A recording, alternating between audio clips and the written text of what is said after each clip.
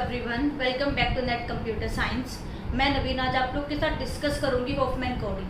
According to net Huffman coding भी काफ़ी important है, जो कि ये एल्गोरिदम आपकी ग्रीडी अप्रोच के अंडर आएगी। तो आज डिस्कस करते हैं कि कैसे हॉफमैन कोडिंग काम करेगी और किस तरह से हमें एनकोडिंग करके एक कोड जनरेट करना होगा। तो सबसे पहले हमें ये पता होना चाहिए कि कोडिंग करने के लिए अपने पास दो मेथड हैं, fixed length coding and variable length.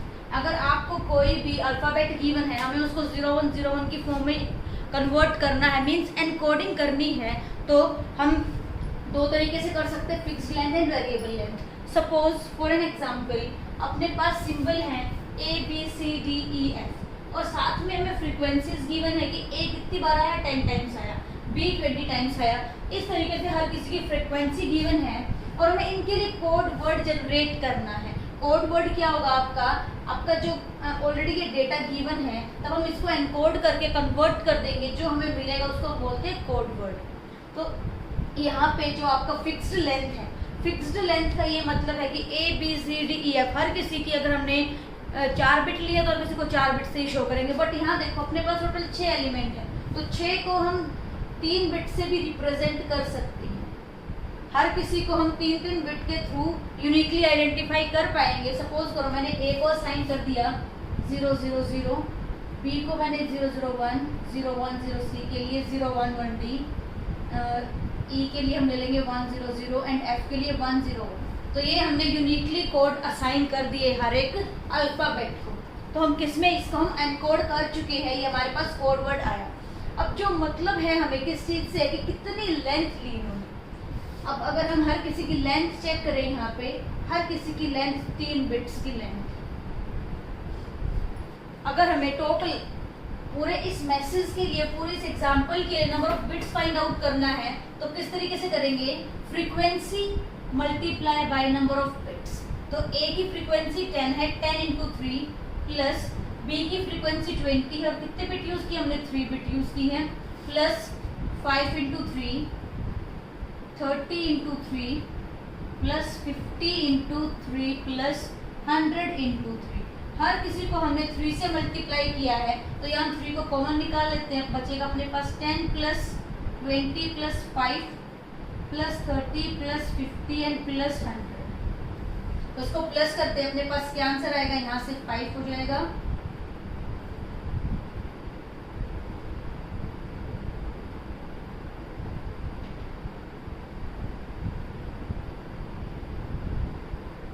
And 1, तो ये आपका हो जाएगा 250 इंटू 3। इसको मल्टीप्लाई करोगे 5 3 15, 645 बिट्स। तो अपने पास टोटल 645 बिट्स आई। कब आई है? तब हमने किसके थ्रू किया? फिक्स्ड लेंथ एनकोडिंग के थ्रू। तब इसको हमने एनकोड किया, हमें टोटल 645 बिट्स मिली।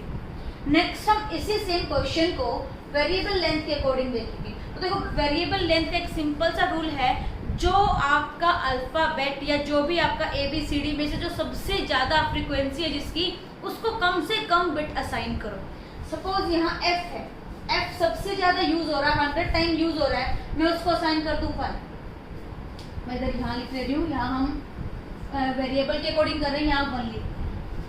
नेक्स्ट E है, E को शो करने के लिए मैं 2 बिट यूज कर लूँ, 01 यूज कर लिया। नेक्स्ट D, और बाकी सबसे कम कौन यूज हो रहा है? 5 यूज हो रहा है, इसको मैंने शो कर दिया 1 1 1 1 से। सिमिलरली यहाँ मैं 00 ले सकती हूँ, 0 1 0 1 0 1। तो रेंडमली मैंने जो ज़्यादा फ्रीक्वेंसी आई है जिसकी, उसको हमने मिनिमम नंबर ऑफ बिट से रिप्रेजेंट किया। तो यहाँ इनकी लेंथ तब हम फाइंड आउट करेंगे और नंबर ऑफ बिट्स निकालने की कोशिश करेंगे वेरिएबल लेंथ के अकॉर्डिंग। तो क्या आएगी? यहाँ 3 लेंथ है, 3 4 3 2 1। अब सेम इसके लिए भी हम number of bits find out करेंगे। जितनी बिट्स हम लेंथ ली है उसको मल्टीप्लाई करेंगे फ्रीक्वेंसी से। तो यहाँ जाएगा 3 into 10 plus 20 into 3 plus 5 into 4 plus 30 into 3 plus 50 into 2 plus 100 into 1। तो यहाँ आपका बना 30 plus 60 plus 20 plus 90 plus 100 plus 100। तो इनको अगर हम प्लस करेंगे तो ये हो जाएगा आपका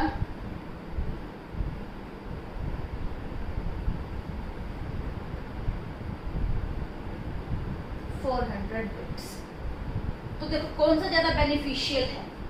हमने वेरिएबल लेंथ के अकॉर्डिंग सेम क्वेश्चन पे अप्लाई किया तो 400 बिट्स मिली, और अगर हमने फिक्स्ड के अकॉर्डिंग किया तो हमें 645 बिट्स मिली। तो यहाँ से हम एक कंप्रेशन रेशियो निकालेंगे कि कंप्रेस हुआ कि नहीं हुआ डेटा। कंप्रेशन रेशियो निकालने का क्या फॉर्मूला रहेगा, इनपुट साइज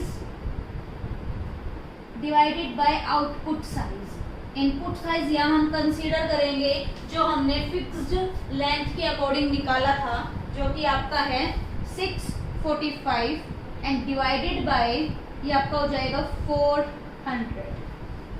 अगर आपकी compression ratio less than equal to 0 है तो कंप्रेशन नहीं हुआ, नो कंप्रेशन। और अगर कंप्रेशन रेशियो ग्रेटर देन 0 है, या बोल दो आप ग्रेटर देन इक्वल टू 1 है, जो कि यहाँ से आपकी वैल्यू समथिंग डेसिमल में जाएगी जो कि 0 से बड़ी होगी, तो वहां कंप्रेशन हुआ है। तो ये चीज हमने किसमें डिफरेंशिएट किया, फिक्स्ड और वेरिएबल लेंथ में हमने डिफरेंशिएट किया कि दोनों किस तरह से काम करेंगे।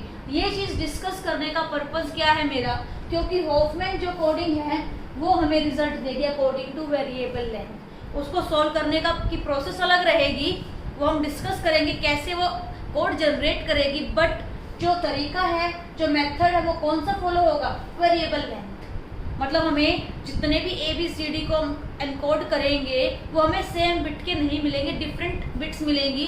जिसकी फ्रीक्वेंसी ज़्यादा है उसके बिट कम होंगी। Means frequency of a number is inversely proportional to the number of bits. तो ये हम देखते हैं हॉफमैन कोडिंग कैसे काम करेगी।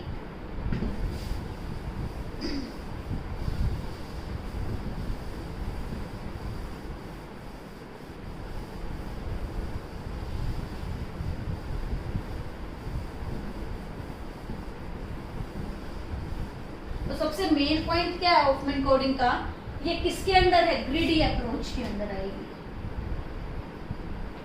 और इसकी टाइम कॉम्प्लेक्सिटी क्या थी, order of n log n time complexity. Next जो आपको गिवन रहेगी वैल्यूज, जो डेटा गिवन रहेगा वो क्या होगा, data with frequencies is given, जो कि अभी अभी जो मैंने एग्जांपल लिया था सेम ऐसे ही आपको डेटा गिवन रहेगा। ABCD या कोई भी आपके सिंबल्स रहेंगे, उन सिंबल्स की फ्रीक्वेंसी साथ में गिवन रहेगी और हमें उनको एनकोड करके कोड वर्ड जनरेट करना होगा। नेक्स्ट जो इसमें मेन पॉइंट है, assign minimum length to the most frequently occurring symbol. ये मैं ऑलरेडी डिस्कस कर चुकी हूँ, जो कि ज्यादा बार यूज किया जाएगा सिंबल, उसको हम कम से कम minimum length number of bits जिसमें कम होंगी उससे रिप्रेजेंट करेंगे। नेक्स्ट जो इसमें मेन पॉइंट है, ट्रू फॉल्स में आ चुके हैं नेट में कि हॉफमैन कोडिंग के लिए कौन सी बातें सही है। तो ये सही है उसके लिए कि it assign minimum length to the most frequently used symbol. Next जो इसमें मेन चीज ध्यान रखनी, यूनिकली डिकोडेबल कोड। तो जो ये कोड होगा इसका ABC को हमने कोड वर्ड में जनरेट किया, कोड वर्ड बनाया, वो हमेशा यूनिक रहेगा। ये हम जनरेट करेंगे तब सीखेंगे कि यूनिकली डिकोडेबल किस तरह से है कोड। स्टेप्स कैसे हमने फॉलो करने हैं। सबसे पहले हम क्या करेंगे, कंस्ट्रक्ट हॉफमैन ट्री। हमें एक ट्री जनरेट करना पड़ेगा हॉफमैन कोड के through. Next perform encoding to the branch of the Huffman tree. तो हम उसकी एनकोडिंग डिफाइन करेंगे ब्रांचेस पे। अगर आपकी लेफ्ट ब्रांच है तो वहां हम 0 असाइन कर देंगे और राइट ब्रांच पे हम 1 असाइन करेंगे। इस तरीके से कोड वर्ड को हम वहां से फैच कर लेंगे। तो इसको एक एग्जांपल के थ्रू देखेंगे कैसे ये चीज पूरी की पूरी प्रोसेस किस तरह से काम करेगी। ये एग्जांपल गिवन है, यहाँ हमें सिंबल्स गिवन है विद देयर फ्रीक्वेंसीज। अब हमें यहाँ हॉफमैन ट्री जनरेट करना है। ट्री किस तरीके से जनरेट करेंगे, सबसे पहले तो ये चेक करेंगे क्या ये सारे के सारे सिंबल की जो फ्रीक्वेंसी है वो असेंडिंग ऑर्डर में अरेंज है कि नहीं है। तो सबसे पहले मैं छोटे वाले जिसकी सबसे कम, आप बोल सकते हो कि सबसे कम फ्रीक्वेंसी है, उसको सबसे पहले लिखेंगे। उसके बाद नेक्स्ट चलते रहेंगे और इसी तरीके से हमें ट्री बनाना है। ट्री हम नीचे बिल्कुल बॉटम से स्टार्ट करेंगे ट्री बनाना। अब वही सिंबल हम फैच करेंगे जिनकी सबसे कम फ्रीक्वेंसी है, जैसे कि पहले पिक कर लिया मैंने ए और बी, तब ए और बी को मर्ज किया, यहाँ ए की फ्रीक्वेंसी थी 1, ये एक अपनी लीफ नोड बन जाएगी, और बी की फ्रीक्वेंसी है अपने पास 3, ये दोनों मर्ज करेंगे और यहाँ ऊपर कौन सी फ्रीक्वेंसी जाएगी 3 + 1 4, 4 हम यहाँ पे लिखेंगे। अब हम इन दोनों को मर्ज कर चुके हैं, यहाँ हमें 4 मिला। नेक्स्ट सी 5 है, डी 12 है, ये ऑलरेडी अरेंज्ड हैं। अब मिनिमम कौन है नेक्स्ट, 4 और 5, ये दोनों मिनिमम है। इन दोनों को हम क्या करेंगे, कंबाइन करेंगे और एक आगे ऊपर की तरफ मूव कर जाएंगे। तो ये 4 है आपका और ये 5 है, C5, तो यहाँ C की फ्रीक्वेंसी 5 है। इन दोनों को मर्ज करो तो आया अपने पास 9। इन दोनों को मर्ज करके हमें 9 मिला। अब ये जो 9 है, ये एक कंप्लीट का रिजल्ट 9 है, यहाँ तक का रिजल्ट 9 है। उसके बाद फिर से वही सेम प्रोसेस, जो 2 मिनिमम है उन दोनों को मर्ज करेंगे हम। यहाँ पे 9 और 12 दोनों मिनिमम है, हम इन दोनों को मर्ज करेंगे। यहाँ डी की फ्रीक्वेंसी 12 है और इन दोनों को प्लस करो तो हमें मिलेगा 21। अब देखो 21 हमें मिल गया। नेक्स्ट ये रिजल्ट हमारे पास 21 है। कौन से मर्ज होंगे, ई और आपका 21 रिजल्ट, बट ई अपना छोटा है इससे, तो ई हम कहाँ लिखेंगे, इस तरफ लिखेंगे E20, और इन दोनों को आप मर्ज करोगे तो क्या आंसर आया, यहाँ से 41 आएगा आपका आंसर। नेक्स्ट हम इतना मर्ज कर चुके, मीन्स हम ऑल को मर्ज कर चुके, सिर्फ FF पेंडिंग है। अब F किसके साथ मर्ज होगा, नो अदर ऑप्शन, 41 और 30 को मर्ज करेंगे, बट लिखा किस साइड जाएगा, 41 से कम है F की वैल्यू, तो हम इस तरफ लिखेंगे 30, और इन दोनों को मर्ज करा के हमें रूट मिल जाएगी जो कि 71। तो ये हम हॉफमैन ट्री क्रिएट कर चुके हैं, कंस्ट्रक्ट कर चुके हैं। नेक्स्ट सेकंड स्टेप क्या बोल रहा है, perform encoding to the branches of the Huffman tree. इस रूल के अकॉर्डिंग हम ब्रांचेस को 0 1 बिट असाइन करेंगे। तो लेफ्ट वाले को हमें क्या देना है, 0, राइट के लिए 1, लेफ्ट 0 राइट 1। इस तरीके से हमने हर किसी ब्रांच पे कोड असाइन कर दिया, और यहाँ से हम पिक करेंगे F का क्या कोड होगा। F का कोड आएगा हमारे पास 0। यहाँ से हम E के लिए कोड पिक करें, E का कोड क्या आएगा, E का आया आपका 1 0। सिमिलरली हम E के पास जा रहे हैं D पे, D का कोड क्या होगा 1 1 1। D के बाद हम चेक करते हैं C के लिए। अब C कहाँ है, यहाँ पे C है, कैसे जाएंगे हम C पे, 1 1 0 1 1 1 0। नेक्स्ट A के लिए, अब A तक आने के लिए मैं कहाँ से, रूट से आके 1 1 0 0 0, ये आपका A का कोड आ जाएगा। नेक्स्ट B के लिए चेक करते हैं, B का सेम यही है 1 1 0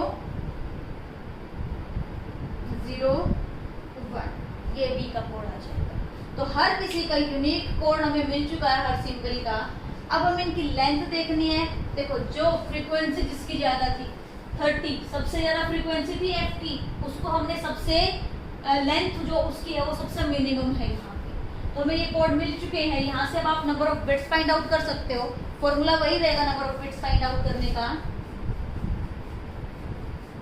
अब A से शुरुआत करते हैं। A की फ्रीक्वेंसी क्या है 1, और लेंथ कितनी है उसकी 1 2 3 4 5 5 लेंथ, यहाँ 4 लेंथ है, 3 2 1। तो A की फ्रीक्वेंसी 1 है, 1 × 5 5 है, प्लस B के लिए चेक करते हैं। B की भी हमारी फ्रीक्वेंसी कितनी है, B की फ्रीक्वेंसी 3 है, और बिट्स कितनी यूज की हमने 5 5 × 3 50, प्लस नेक्स्ट C के लिए चेक करें। C के अपने पास कितने बिट्स हैं 4, और फ्रीक्वेंसी कितनी है 5 5 × 4 20, प्लस D के लिए 3 × 12 36, प्लस E आपका 2 है, इसकी जो लेंथ है, और फ्रीक्वेंसी 20 20 × 2 40, प्लस F का 1 है और फ्रीक्वेंसी 30 है, तो 30 आ जाएगा। तो यहाँ से अगर हम देखें तो 5 और 5 10 16 1 कैरी,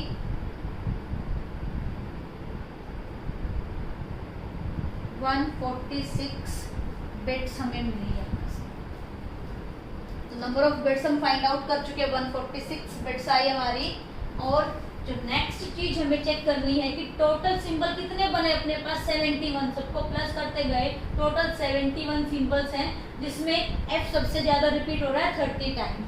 इसी चीज को यूज करके एक फॉर्मूला बनेगा जो नेट में पूछा भी जाता है फाइंड आउट करने को कि एवरेज कोड वर्ड लेंथ बताओ क्या होगी। एवरेज कोड वर्ड लेंथ आपकी L से शो करेंगे, it is summation of PI into LI।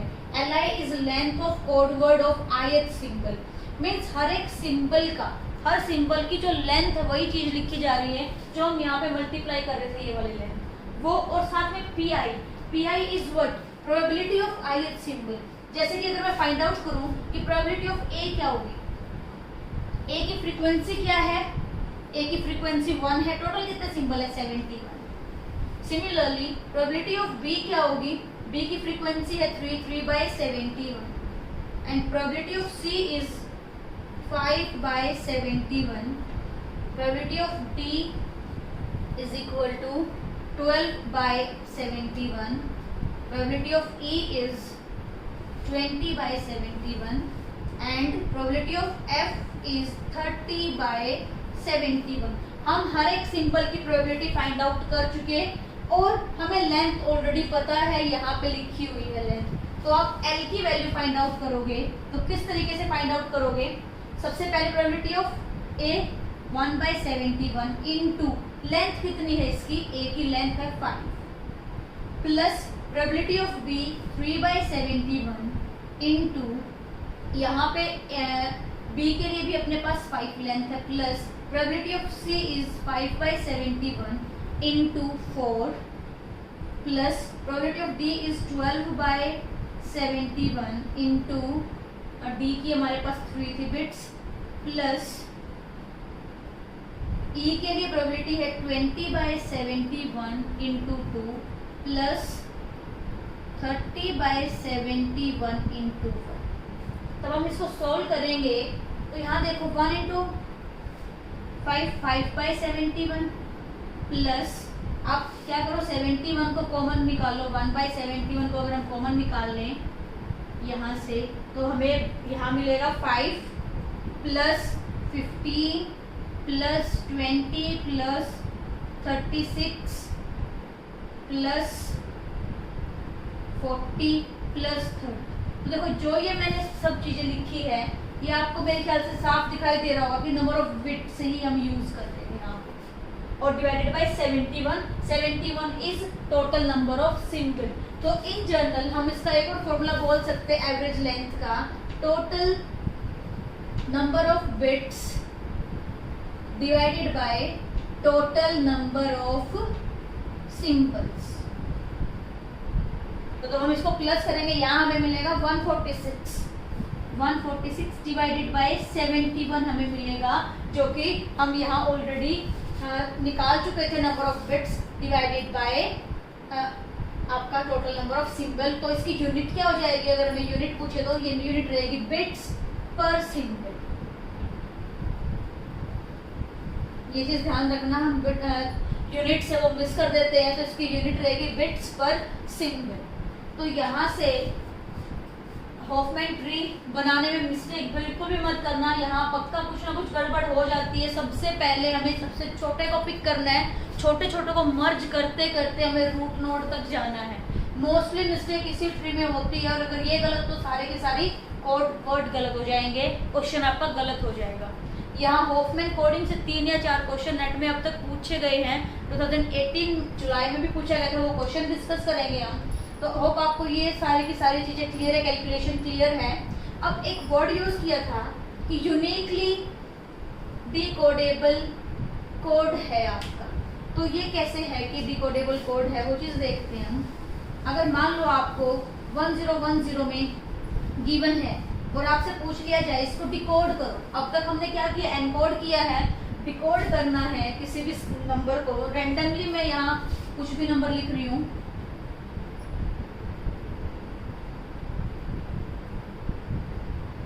तो यहाँ अगर मुझे इसको डिकोड करना है तो हम क्या करेंगे, सबसे पहले 1 मिला, अकेला 1 किसी का नहीं है, तो आगे अगली बिट पे चेक करेंगे हम 1 1 1 1 भी किसी का कोड नहीं है, नेक्स्ट बिट पे चलेंगे, आया आपका 1 1। तो ये 3 टाइम्स 1 कौन है? D। तो हम इसको क्या बोल देंगे? ये D है। नेक्स्ट आया 0। देखो 0 को मैं F बोल सकती हूँ इजीली। क्यों बोल सकती हूँ? क्योंकि किसी भी वर्ड के आगे आप चेक कर लो 0 नहीं है, अकेला F 0 से स्टार्ट हो रहा है और कोई भी ऐसा सिंबल नहीं है जो 0 से स्टार्ट हो रहा है। इसीलिए हम इसको क्या बोल रहे हैं? यूनिकली डिकोडेबल कोड है। हमें कंफ्यूजन ही नहीं होगी। अगर मैं मान लो E को ही 0 1 लिख देती तो यहाँ कंफ्यूजन रहती कि मैं F को 0 लिखूँ या आगे भी चलूँ, E भी हो सकता है यहाँ पे, तो वो कंफ्यूजन नहीं रहेगी हमें। तो ये हमें क्या मिल गया? यहाँ पे F मिल गया। नेक्स्ट देखते हैं 1, किसी का भी नहीं है, अकेला सिंगल 1। देन 1 0, हाँ E का है 1 0, तो ये हो गया E। नेक्स्ट फिर से 1 1 किसी का नहीं है, डबल 1 भी किसी का नहीं, ट्रिपल 1 है, D का है, ये D है आपका। नेक्स्ट देखो कोई भी एलिमेंट हमें पता है 0 से स्टार्ट नहीं हो रहा, सिर्फ एक F है, तो यहाँ 1 2 3 4 टाइम F हो जाएगा। तो हम इसको यूनिकली डिकोड कर पा रहे हैं, कोई कंफ्यूजन नहीं हो रही कि F आएगा या E आएगा, किसी भी सिंबल में कंफ्यूजन नहीं होगी। इसीलिए हॉफमैन कोडिंग को बोला गया है कि it is uniquely decodable code. तो क्वेश्चन ट्राई करते हैं, जो कि नेट जनवरी 2017 में आया था क्वेश्चन हॉफमैन कोडिंग से। तो क्वेश्चन क्या था? Given symbols A to H with probabilities. हर एक सिंबल की हमें प्रोबेबिलिटी गिवन है, ना कि फ्रीक्वेंसी। ये चीज ध्यान रखना, यहाँ पे प्रोबेबिलिटी गिवन है, फ्रीक्वेंसीज गिवन नहीं है। फाइंड आउट क्या करना है? तो average Huffman code size in bit per symbol. Means हमें एवरेज कोड निकालना है, L की वैल्यू निकालनी है। अब L की वैल्यू निकालने के लिए अपने पास formula that is summation of PI into LI। PI हमें डायरेक्टली क्वेश्चन में गिवन है। लेंथ निकालनी है, लेंथ निकालने के लिए हमें हॉफमैन ट्री जनरेट करना पड़ेगा और वहां से लेंथ फाइंड आउट करनी पड़ेगी, कोड वर्ड्स निकालने पड़ेंगे हर सिंबल के। तो वो चेक करते हैं कैसे फाइंड आउट करेंगे। तो यहाँ हमें प्रोबेबिलिटीज गिवन है, नीचे डिवाइड में टोटल नंबर ऑफ सिंबल्स हैं और ये उस सिंबल की फ्रीक्वेंसी गिवन है। तो यहाँ से हम फैच कर लेंगे, A की फ्रीक्वेंसी 1 है, B की फ्रीक्वेंसी 1, C की भी 1 रहेगी, D की फ्रीक्वेंसी 2 है, E 3, F और G की 5 5 है फ्रीक्वेंसी एंड H की 12। तो ये ऑलरेडी इंक्रीजिंग ऑर्डर में अरेंज्ड हैं, हमें इनको अरेंज करने की जरूरत नहीं है। तो सबसे पहले A और B को हम मर्ज करेंगे। यहाँ मैंने लिया A जिसकी फ्रीक्वेंसी 1 है और इधर लिया B की फ्रीक्वेंसी 1 है। इन दोनों को मर्ज किया तो कितना हो गया? 2। तो यहाँ 2 आ गया। अगेन हम 2 और C को मर्ज करेंगे, बट C की वैल्यू कम है 2 से, तो किस साइड आएगा? लेफ्ट साइड पुट करेंगे C को। यहाँ 1 पुट किया, इन दोनों को मर्ज करो, ये बना देगा आपका 3। तो हमने इन तीनों को मर्ज कर चुके हैं, अब यहाँ मिला है 3। अगेन D को हमें मर्ज करना है, तो D की वैल्यू छोटी, वो लेफ्ट साइड आएगा। यहाँ D की वैल्यू है अपने पास 2, ये आया आपका D। नेक्स्ट हम तब D को प्लस कर चुके, इसमें ऐड कर चुके, यहाँ 5 है आपका। अब हमें E इसके साथ मर्ज करना है, तो E किस तरफ जाएगा? ऑब्वियस सी बात है, अगेन ये लेफ्ट साइड जाएगा। 3 और 5 को प्लस करोगे 8 हो गया। अब तब हम इनको पूरा मर्ज कर चुके, बचा क्या है? 8 5 5 12। तो अब हम 8 और 5 को मर्ज नहीं करेंगे क्योंकि इस 8 से छोटा भी एक और है यहाँ पे 5, तो इन दोनों को हम अलग से मर्ज कराएंगे। तो ठीक है, मैंने यहाँ इनको अलग से ले लिया, F5 एंड G5, इनको प्लस करके क्या आया? 10। ठीक है, मैंने अलग से रख लिया, ये 10 आ गया। नेक्स्ट अब ये 8 है, 10 है और 12 है, कौन से मर्ज होंगे? 8 और 10 दोनों को मर्ज करना पड़ेगा हमें। तो यहाँ हम इन दोनों को तब मर्ज करेंगे, हमें मिलेगा 18 और लास्ट में 18 के बाद 12 18 से छोटा है, तो वो इस तरफ आएगा आपका H और टोटल हो जाएगा यहाँ 30। इसको थोड़ा सा नीचे की तरफ लिख लेते हैं।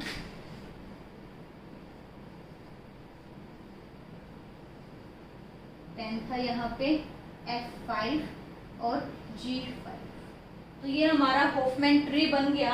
अब आपसे कोई ये क्वेश्चन पूछ सकता है कि हॉफमैन ट्री की हाइट क्या है, तो आप क्या बोलोगे? जिस भी सिंबल की सबसे ज्यादा लेंथ है वही हाइट की लेंथ रहेगी। तो यहाँ हम असाइन करते हैं 0 1 0 1 0 1 0 1 0 1 0 1 एंड 0। अब हम हर एक सिंबल के लिए यहाँ से कोड फैच कर लेंगे।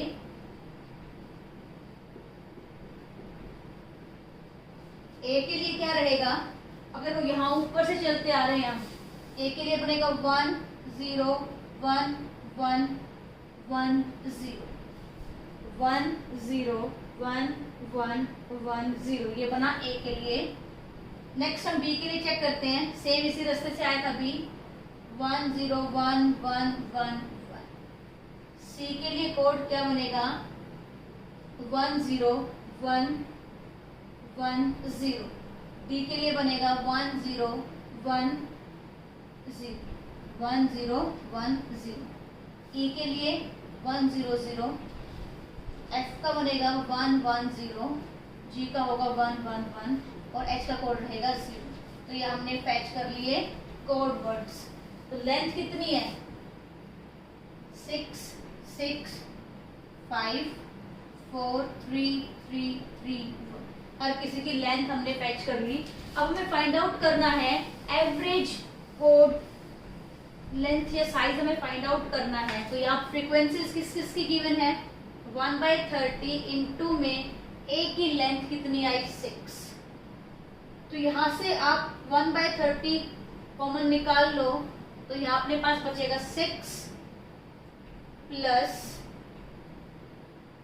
6 प्लस सी का 5 है प्लस और डी का 4 है, तो 4 इंटू 2 करेंगे क्योंकि हमें क्या करना है, साथ में फ्रीक्वेंसीज भी मल्टीप्लाई करनी है। तो 4 इंटू 2 8 हो जाएगा यहाँ पे, प्लस नेक्स्ट 3 इंटू 3 9 डायरेक्टली देते हैं यहाँ पे, 9 प्लस 15 प्लस 15 प्लस 12 इंटू 1 12।